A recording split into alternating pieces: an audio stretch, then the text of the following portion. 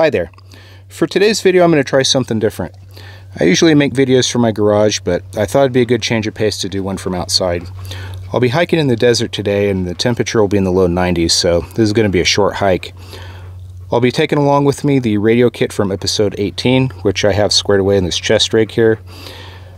I've seen some people put their radio equipment in plate carriers without the plates. I had considered this option, but I think it's too hot to be running around in the desert with a plate carrier. So I think this chest rig should do just fine for my purposes. Once I find a good spot, I'll set the radio kit up so you can see what that looks like. And I do have a friend joining me. YouTube, Moose, YouTube. So it's still pretty cool out, but I believe I've brought enough water with me to keep us hydrated for this short outing. So I'm going to put on my gear and then we'll get started. All right, we're off.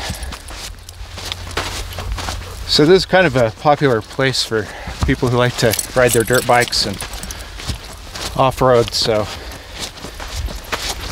if you see some people riding by on motorcycles, that's what that is.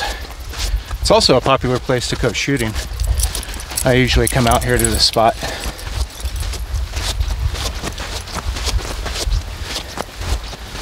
So we'll hike a little ways. I won't record every single step that I take, but I'll just do the highlights.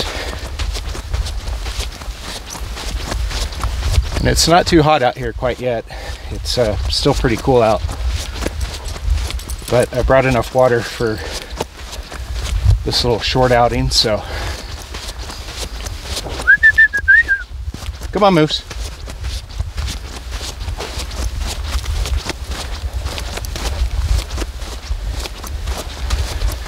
So I think what I'll do is I'll hike up the trail here, maybe about, I don't know, a mile or so, and try and get up to a good spot. We'll set up all the radio equipment. But it is nice out today.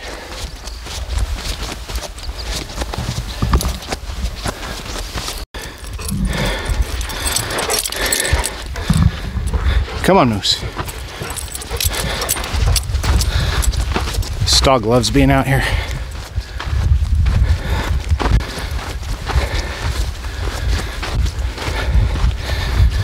But this is a pretty cool little area. I'll show you a little bit of it.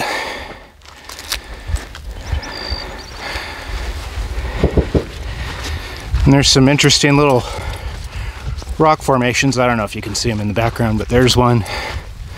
And there's one over there that we'll pass by. All right, we've made it up one hill, so on to the next one.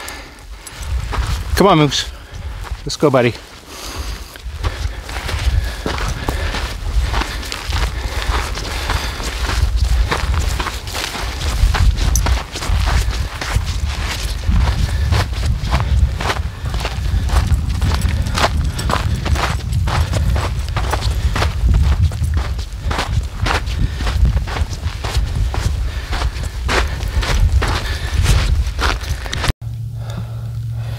Pretty big bug.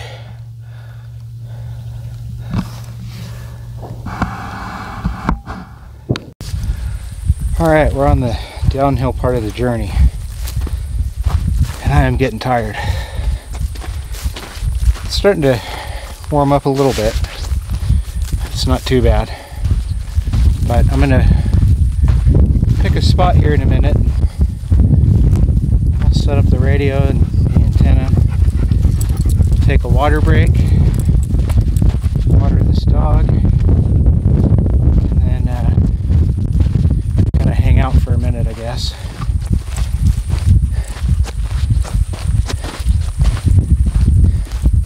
Come on, Moose.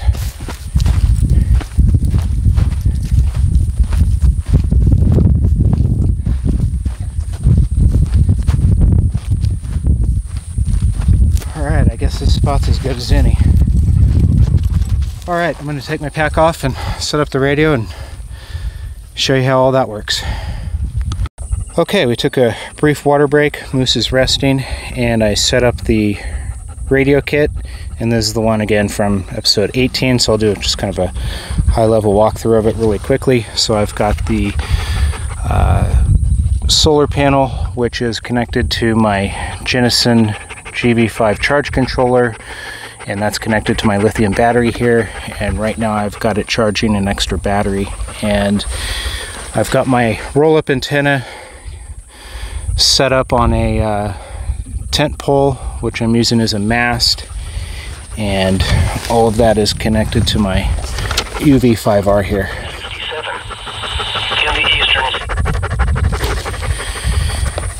And all of this was pretty lightweight, everything except for the solar panel I was able to carry in the chest rig, and it wasn't really as heavy as I thought it was going to be. The heaviest thing that I carried was the water, but that's well worth it. So something that kind of interests me is learning helpful techniques for operating in different types of environments.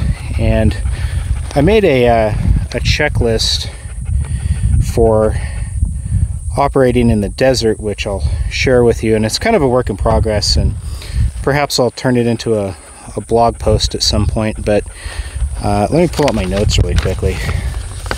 So this is what I have so far, and if you guys have any suggestions, please feel free to leave those in the comments. But so desert environments, they typically give poor reflected signals due to the poor electrical grounding features of this type of area. So radios with a whip antenna, those can lose up to about 1/3 of their range as a result of the poor grounding characteristics of the desert. So for optimal operations, antennas should be positioned on the highest ground available. So I made an attempt to hike as high as I could, but I think this is going to be a good place to stop because I'm pretty tired, and I think Moose is too. Wind-blown dust particles, poor grounding, and low humidity, those can create static charges, or discharges rather, and antennas should be fitted with lightning protection and grounded to dissipate the static voltages in this type of dry condition. Using a counterpoise for antennas to create an artificial ground, that'll help you well, it'll help your system achieve optimal range. So if you look at this UV5R here, I actually do have a counterpoise connected to it. And so I made this counterpoise and I attached it to the radio prior to coming out here. I used my multimeter to test for continuity on the radio, which is a technique to verify the current flow in an electrical circuit between two paths. And continuity testing is important for identifying things like breaks or issues in the flow or current in an electrical circuit. So using the multimeter, I was able to determine that there's an electrical connection between a portion of the antenna to one of the screws that fastens the belt clip, and I'll show you what that looks like. So you see I've just got it screwed in there on the one of the belt clip screws. So I was able to determine the counterpoise length, and you can kind of see it here. It's 19.5 inches.